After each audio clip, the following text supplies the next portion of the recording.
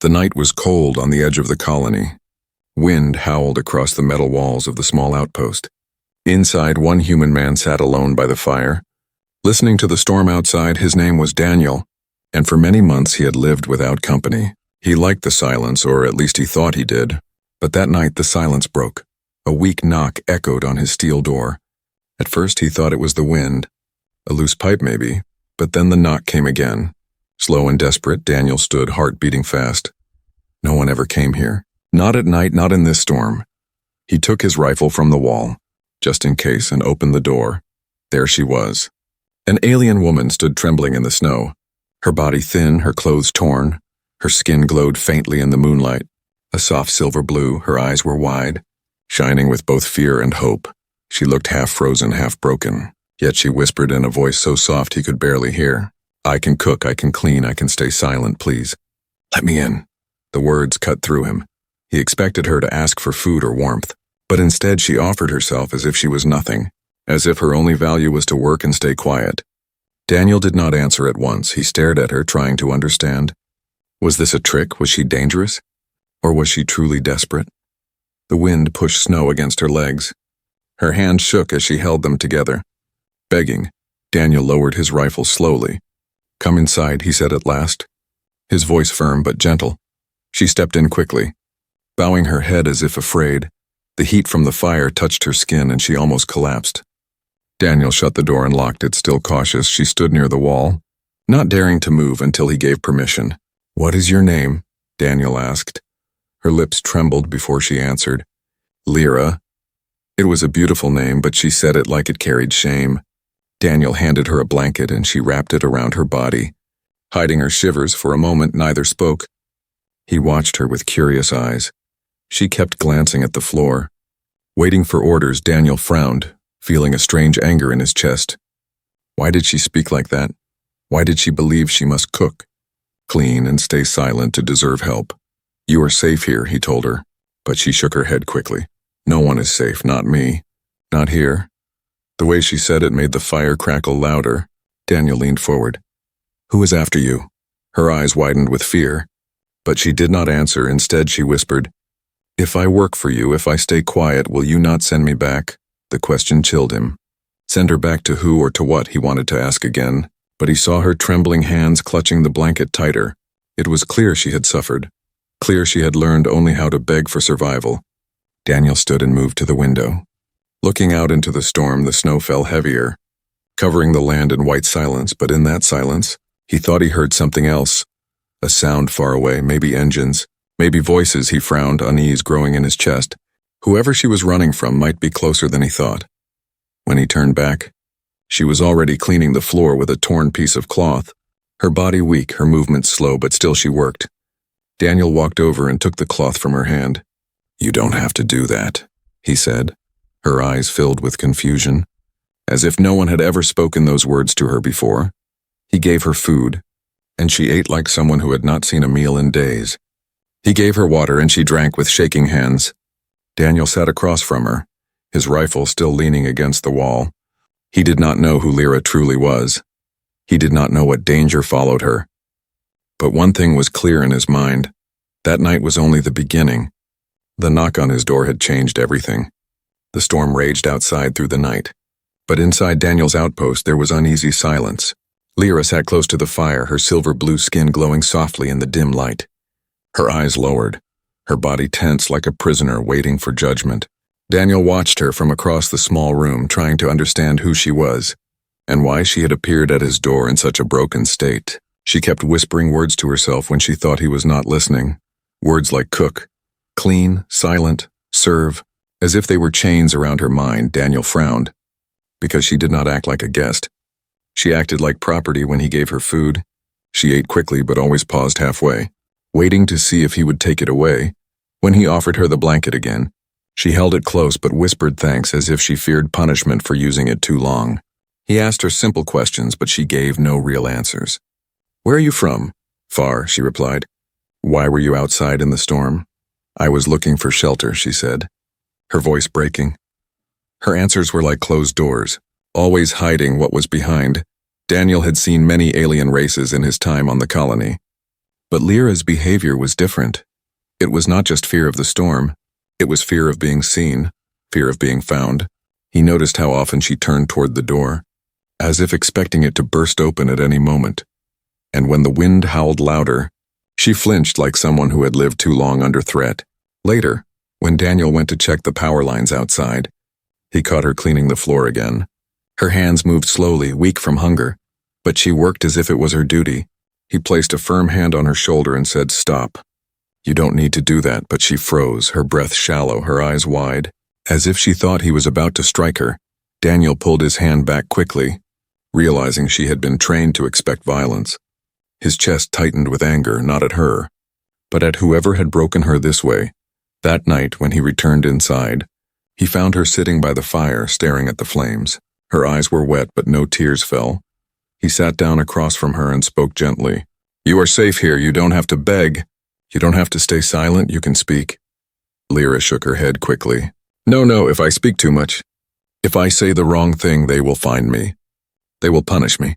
Daniel leaned forward. "Who will punish you?" She pressed her lips shut, refusing to say, her body trembling as if the very thought was dangerous. The storm outside began to fade. Leaving behind a cold stillness, Daniel listened carefully, and in that silence he thought he heard something else. Engines, faint and distant, not from the colony, but from beyond the hills. His stomach sank, and he looked toward the window. Were they searching for her already? He turned back to Lyra, but she was already curling into herself, hugging her knees, her eyes full of fear. "They are coming, aren't they?" Daniel asked quietly. She nodded, but no words left her lips. For a long time they sat in silence, the only sound the crackle of the fire. When morning came, Daniel gave her clothes from his storage. Simple work clothes, rough but warm. She hesitated before taking them, as if she did not deserve such kindness. When she finally put them on, she looked less like a shadow and more like someone alive. Daniel could see her beauty under the pain, the way her silver blue skin shimmered, the way her dark eyes carried both sorrow and hidden strength. But he also saw the fear that never left her face. When he asked again, "Who is after you?" she only whispered, "Men who see me as nothing, men who see me as property." Her voice cracked, and she pulled the blanket tighter around her shoulders. Daniel felt his jaw clench, anger boiling inside him. He did not know these men, but he already hated them. Lyra moved toward the small kitchen space, asking in a low voice if she could prepare food for him. Daniel wanted to say no, to tell her she was free now, but he realized something. For her, cooking, cleaning, staying silent, it was not only survival, it was the only way she knew how to exist. So he let her cook, standing close to guide her, showing her the human tools, watching as her hands trembled over each step. For the first time, she smiled faintly when she managed to make something warm, and Daniel felt a strange warmth in his chest. But just as that moment of peace touched the room, a shadow passed across the window. Daniel froze, his hand moving toward his rifle. Lyra's face went pale, her body shaking violently. She whispered one word that sent chills down his spine. "They..." The shadow outside the window moved slowly. Daniel held his breath, one hand gripping the rifle. His eyes locked on the glass. Lyra froze near the small stove, her hands trembling so hard that the spoon she held slipped and clattered to the floor. The sound seemed louder than thunder in that tense silence. Neither of them spoke.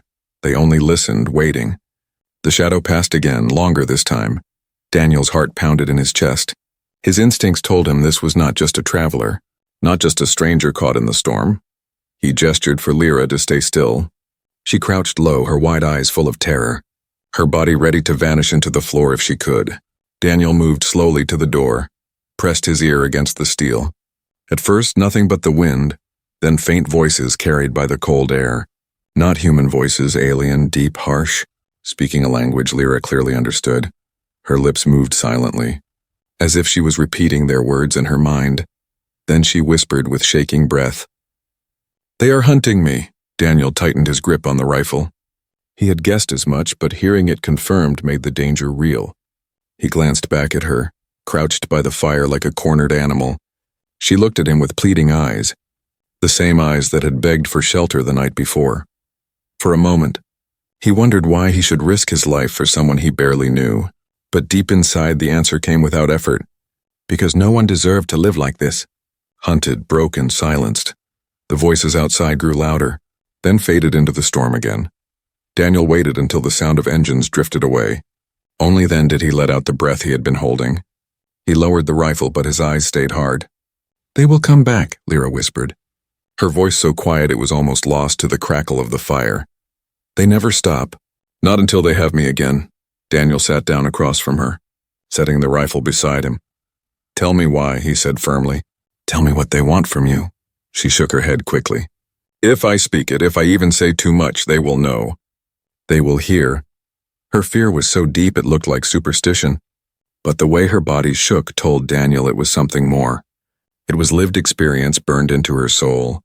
He leaned closer, his voice steady but kind. "You are safe inside these walls. No one can hear you here. You can trust me." For a long time she said nothing. The firelight danced across her silver blue skin, across her face lined with sorrow. Then at last she spoke, her voice low and trembling. "My people, my clan, they do not see women as people. We are tools, servants, shadows. We cook, we clean, we stay silent. If we disobey, we are beaten. If we try to run, we are hunted." She hugged her knees tighter, her eyes burning with memories she could not forget. "They gave me away to one of their leaders. I was not his wife. I was his property, his prize. When I could not stay silent anymore, when I dared to scream, I escaped, but escape has a cost, and they will not forgive me." Her words fell heavy into the room. Daniel's fists clenched at his sides, rage boiling inside him. He had heard stories of cruelty before, but hearing it from her lips made it sharp, made it personal. He looked at her and saw not weakness, but strength. She had survived what would have broken most. And even now in her fear, she was still alive. Still fighting by running. "You don't belong to them anymore," Daniel said firmly, his voice like steel. "You are free here." Her eyes lifted slowly. Meeting his for the first time, she looked at him not with fear, but with a spark of hope. It was faint, fragile, but it was there. "You would protect me?" she asked softly.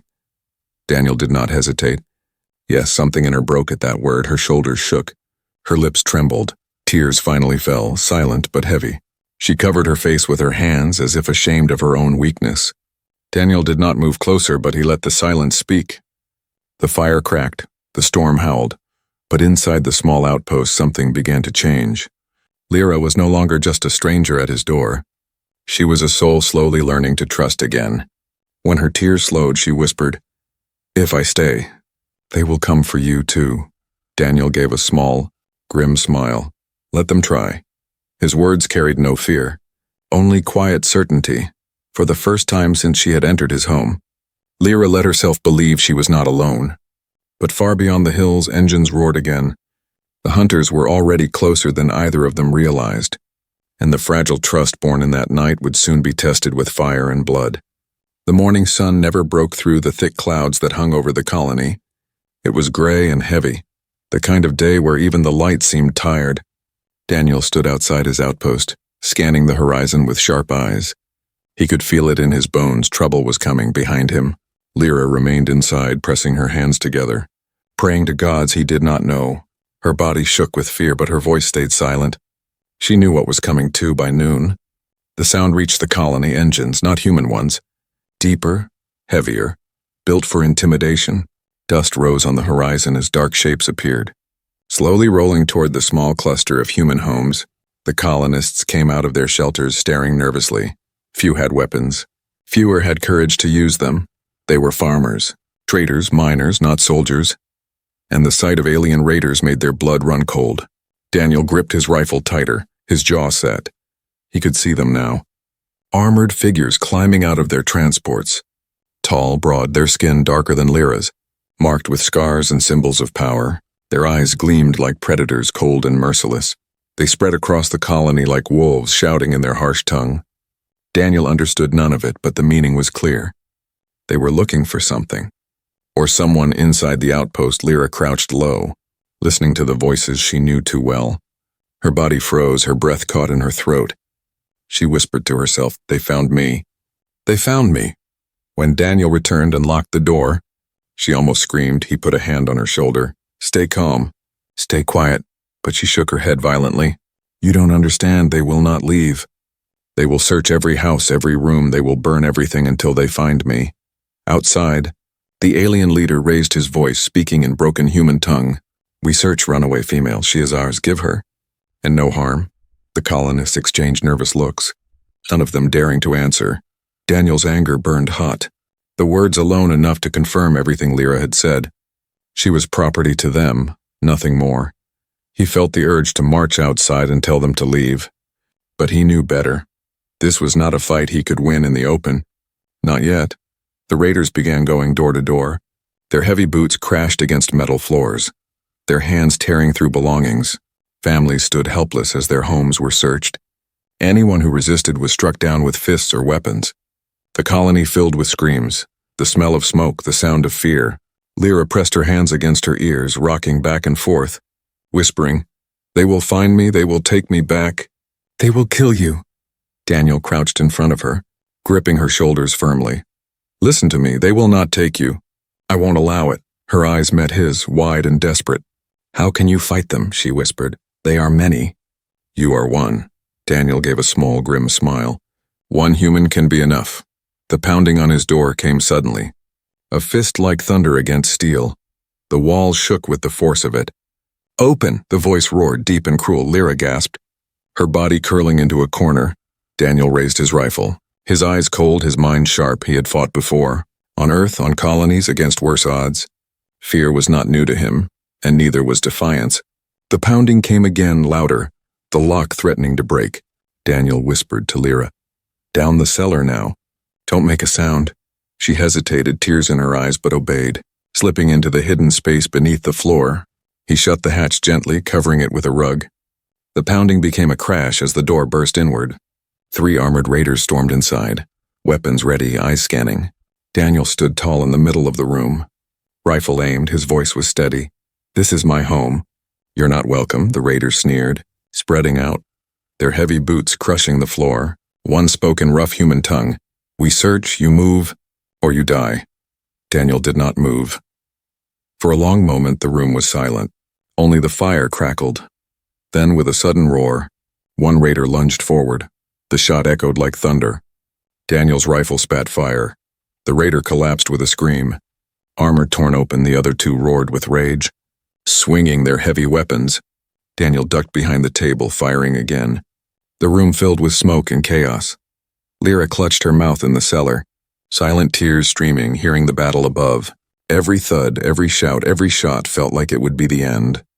When the smoke cleared, Daniel stood breathing hard. 2 bodies on the ground, his rifle still smoking. Blood stained the floor. The firelight flickered against broken armor.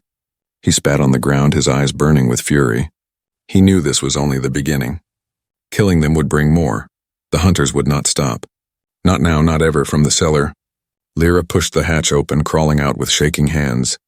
Her eyes widened at the sight of the dead, her lips trembling. "You killed them," she whispered. Both fear and awe in her voice, Daniel reloaded his rifle, his face grim. "They wanted to take you, and I don't let anyone take what I swore to protect." Her heart raced. Her fear mixed with something else, something new. For the first time, she had seen a man fight for her instead of against her. And though the danger was far from over, a small spark of hope lit inside her chest. But outside, more engines roared, more shadows fell over the colony. The real war for her freedom was only beginning. The smell of smoke lingered long after the bodies were dragged outside. Daniel buried them in the frozen ground behind the outpost. His hands steady, his face cold. He did not speak of it when he returned. But Lyra could see the weight in his eyes. She wanted to thank him, yet words felt too small for what he had done. Instead, she sat by the fire, clutching the blanket he had given her, watching him with silent awe. The colony had changed overnight. Whispers ran through the streets. Fear thickened the air. The raiders were still here, more of them now, spreading like a plague. They searched every corner, demanded answers, and punished anyone who hesitated too long. But they had not yet returned to Daniel's home, perhaps waiting, perhaps gathering their strength. Lyra knew it was only a matter of time. Her people did not forgive. They did not forget inside the small outpost. Daniel and Lyra lived in fragile peace. She cooked meals with trembling hands, but her food grew better each day. He showed her how to use the human stove, how to mix spices, how to measure. She smiled faintly when he said the taste was good, her first real smile since arriving. Daniel found himself watching her more often, noticing not only her fear but her quiet strength. She was learning, adapting, slowly stepping out from the shadows of silence at night. When the colony slept under the cover of darkness, Daniel stayed awake, rifle across his lap, listening for footsteps. Sometimes he caught her watching him, eyes shining in the dim firelight. She never spoke then, but in her gaze he saw questions, hopes, and fears all tangled together. One evening she finally asked, "Why do you fight for me?" Daniel looked at her for a long time before answering. "Because someone has to," he said simply. Her lips trembled and she looked away, but he noticed her tears falling silently onto her hands. The days stretched on, danger always near. Lyra began to help with more than cooking. She cleaned weapons under his guidance, careful and precise. She repaired his torn jacket with clumsy stitches that somehow held. She learned the small routines of human survival. And though fear never left her, she began to stand straighter, speak louder, smile longer. It was as if every kindness he gave her built a piece of the person she had once been. Or maybe someone entirely new. Still, the threat loomed one afternoon. As Daniel worked outside repairing a broken fence, he heard laughter. Not human laughter, but the cruel, sharp kind of his enemies. From the ridge above the colony, the raiders watched, their eyes burning with hunger for violence. Daniel tightened his grip on the hammer in his hand, forcing himself to finish calmly.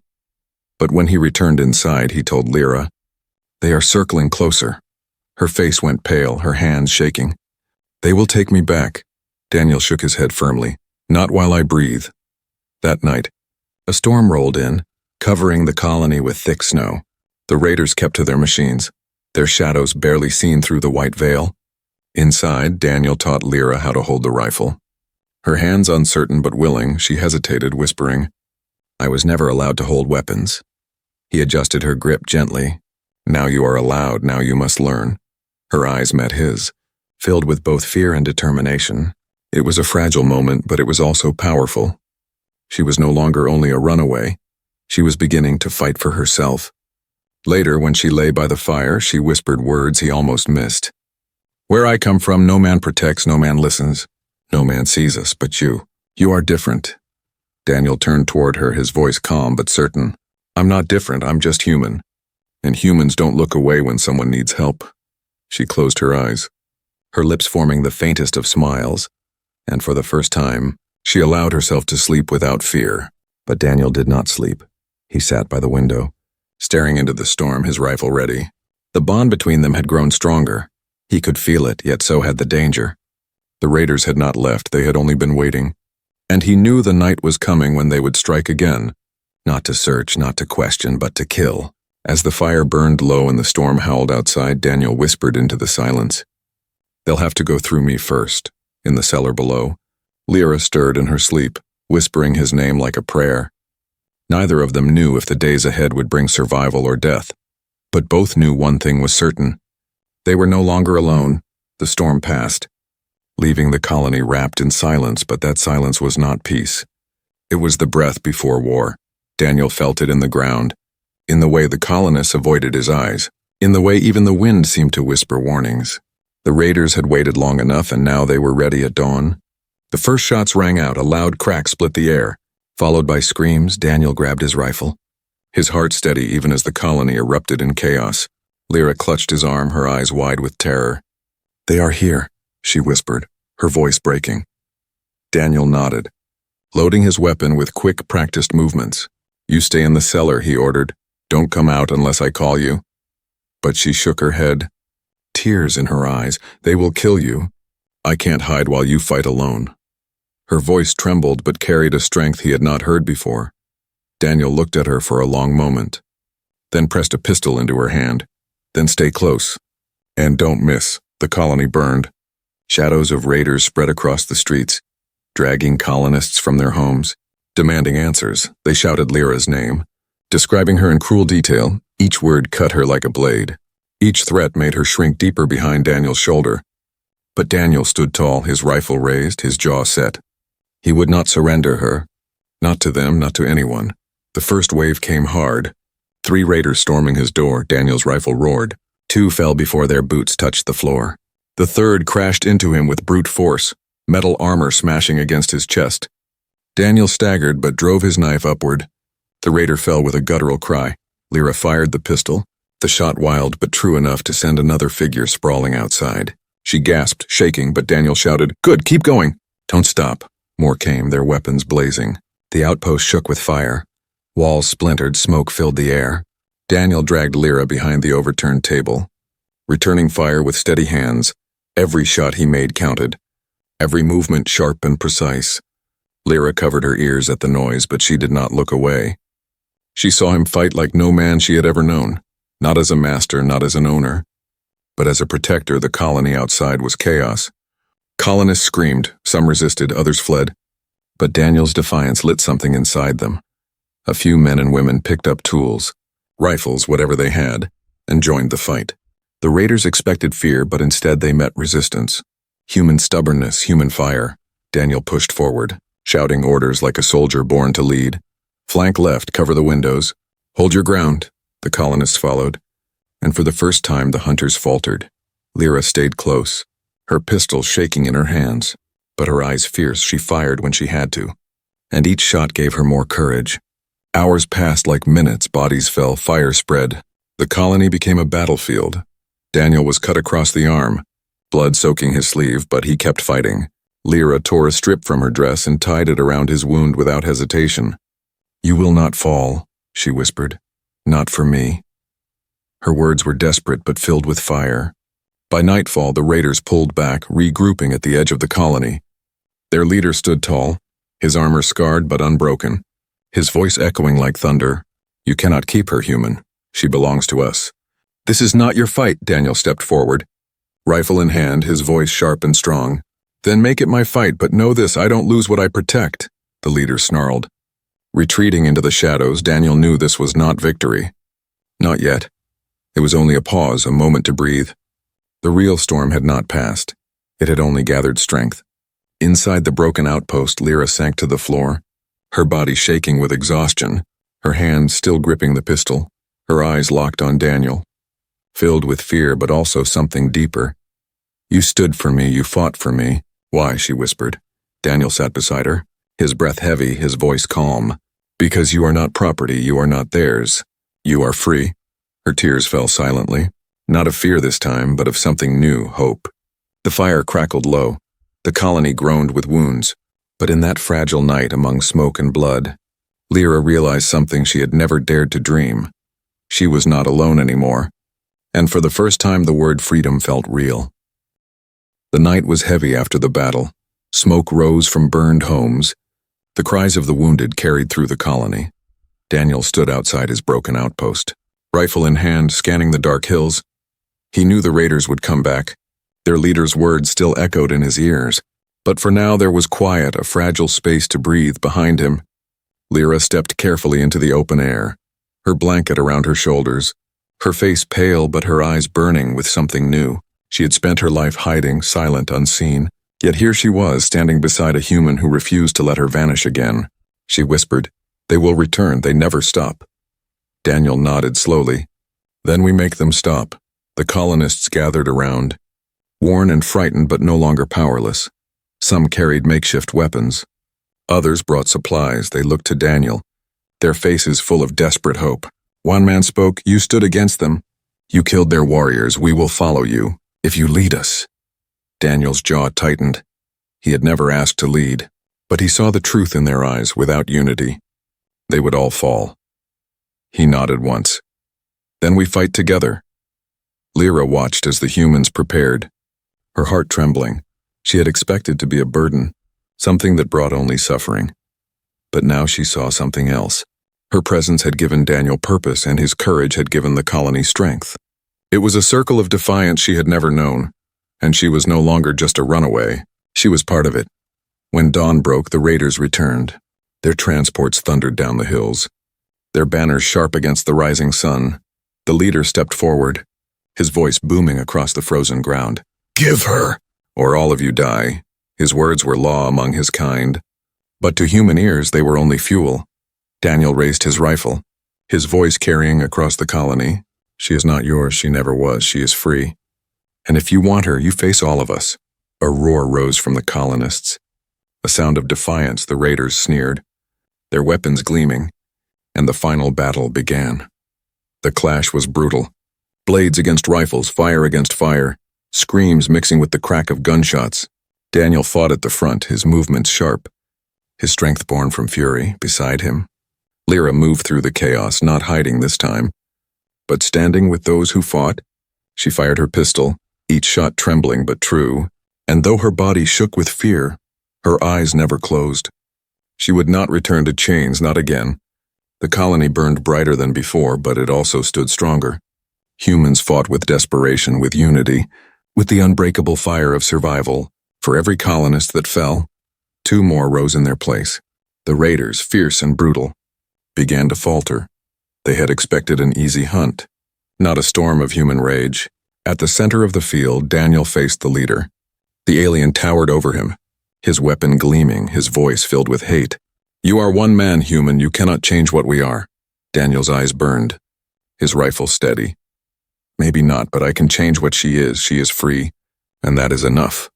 The fight was quick and fierce, steel clashing, blood spraying. In the end, Daniel stood, wounded but unbroken. The leader sprawled in the snow, silent forever. The raiders saw their leader fall, and their spirit broke. They fled into the hills.